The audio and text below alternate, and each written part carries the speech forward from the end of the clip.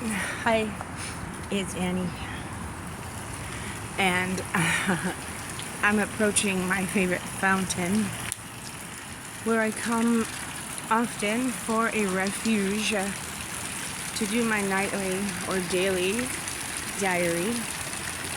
I've been calling it a domestic violence diary because it usually is. The theme has been set in stone, apparently. You would not believe the things that my lovey, as I like to call him, calls out and says to me in the midst of no argument or fight. Just guess what?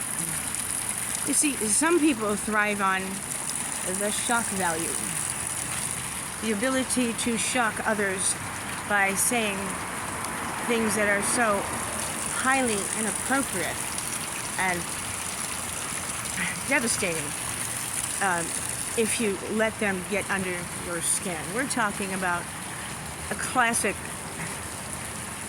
overt, malignant narcissist with numerous other complications in the myriad and the plethora of diagnoses that he only receives from me because he doesn't go to a doctor. So I do the research and I report back to him and to you. Suffice it to say, this is December 3rd, and I'm at my fountain of wisdom, just down the street from my place. I just find it very soothing, the sound of water and all. Where do I begin? I want to make this brief. He's back on a rampage. He's in a psychotic break. He's having delusions of grandeur. He's having more and more intrusive thoughts of murder, mayhem, violence, destruction, everything macabre. They call this harm OCD, where a person has impulses to speak about ghastly things and to imagine that others are plotting against him to commit ghastly things against him, regardless of who that person is with him, in his life, in his house, in his bed, even his best friend. That would be me. And so when he imagines that someone's plotting to do him in, he comes up with most heinous, most egregious plots of deception and sabotage and ambush and libel and slander and false witness and betrayal and all illegal, immoral, and unethical plots to ruin the person whose motives he imagines in a delusional state of psychotic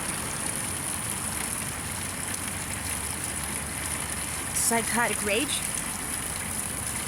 And I'm hearing the brunt of it. I'm hearing things nobody should ever hear from their husband, where I have been his bride of only several months. 4-year betrothal period, though, where he was trying to decide if he was a man or a woman trapped in a man's body, or whether he should have had that surgery years ago, or whether he's gay or bi, or whether he wants orgies or more mentally ill, drug-addicted trannies in and out of his revolving door of debauchery. Yes, I'm afraid that's the trap I'm in. As Elvis once said, I'm caught in a trap. I can't walk out because you need me so much, baby. Da da da. So, I wrote another song for my Bad Romance anthology of domestic violence on crack poetry songbook. I think it's called Bad Bad Billy Strikes Again. Oh, it's great. I put it to music. I have a video that goes with the music, and then my voice singing or speaking the song poem. It's just lovely. I told them, whatever would I do with Pouch, Billy? You're the fodder for all of my work, my poems, my stories, my, literature of the most unusual kind, because it comes from a person of normal stature, normal state of mind, reflecting on her partner, who is, well, let's see, who would I compare him to? A cross between Milken, James Brown, and RuPaul. Yes, that's my lovey. So, I'm going to show him the video with the music and then sing the song to him tonight. We're doing karaoke now. I just want to make one more statement about the lack of services for people in crisis here in Los Angeles. There is absolutely no such thing as a hotline for mental health crisis. I called that hotline today to report that he was having murderous, homicidal thoughts and probably would attempt, at least, to carry something out that was sort of half-assed, but in order to intimidate the other person. And the other person is always me, because he doesn't have anybody else around him. Nobody else could possibly tolerate this level of notoriously, obviously psychotic abuse.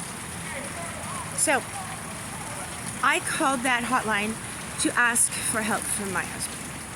I was actually going to suggest they come and do an evaluation and make a determination and make a decision that I can't make. I can't haul him off to a rubber room and put him in a straitjacket. I don't have the authority for that. Guess what they did? They listened to me for about 2 seconds. Well, what do you want? What's your problem? I said, I'm telling you the problem right now. No, you're not. You're just telling us his history. I'm telling you about the plethora of mental illnesses that he's currently suffering from and is now a very dangerous man. Yeah, well, we can't talk to you. We don't got time. Hung up on me. I actually had to call 911 because the threats were very disturbing. And I wasn't going to have him arrested. I was just going to let them know what the situation is in case he does something and then tries to blame me, which is his MO. I got on the phone and I said, so whom am I speaking to? Am I speaking to LAPD Central? And they just kept saying, what's your emergency? What's your emergency? Well, I'd like to know if I have the right person first. Am I speaking to?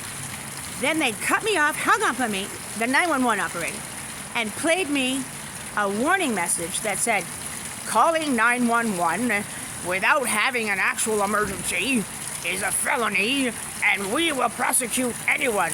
We call that 911 abuse, and if you do this, you are a criminal, and what the fuck? Okay, so then I called the regular phone number from my local police department, downtown Central, LAPD.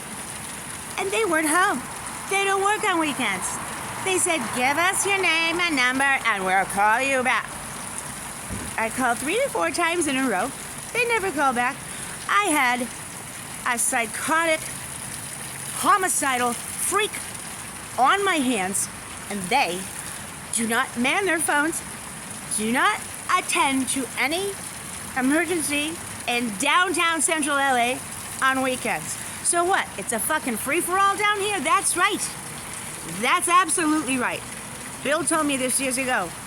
It's like the wild, wild west here, and you can fucking do whatever you want, and most of the time get away with it, so I'm going to do just that. I said, Bill, so you're telling me that your definition of right and wrong is whether or not you're going to get caught and therefore prosecuted? and has nothing to do with what is actually right or actually wrong, or what's a sin and what's not, and what's ethical and what's not, and what's moral and what's legal and what's not. And he said, yeah, it's exactly right what I said. You can do anything you fucking want in LA. There's no laws, there's no rights, you got no rights, you got no laws, you got no constitution. It's the Wild Wild West. He was actually correct. That's very disturbing. Who else did I call? I called his son. He hung up on me. I called his ex-wife. She didn't answer, didn't call back. I called his mistress, the prostitute. She said, I gotta go, I gotta go, I gotta go. I am keeping a written domestic violence journal diary. And boy, did I have a lot of writing to do today. And I received a sort of a message from Bill through my Google Photos place. And he said, if you're putting this shit on Facebook, I'm going to tell everybody that the source is a totally mentally ill person who doesn't know anything about me. Yeah, we call that projection, honey. You got that down. Oh my God. So then, after making these threats, telling me today that he was a protected witness, an informant for the FBI, and he has carte blanche authority and immunity granted him by the FBI to commit any and all heinous and egregious crimes against anyone he pleases, that would be me,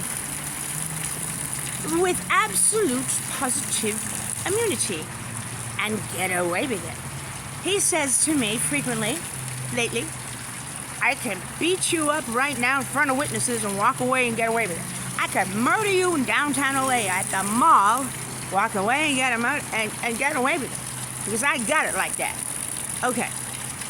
If the FBI is giving immunity to witnesses in financial crimes committed by high executives in the government of the United States, such as the President or the Vice President, which is what he claims, that's rather disturbing. If they don't, and he's lying and he's on a delusional bender, that too is rather disturbing, because he's using the names of the Vice President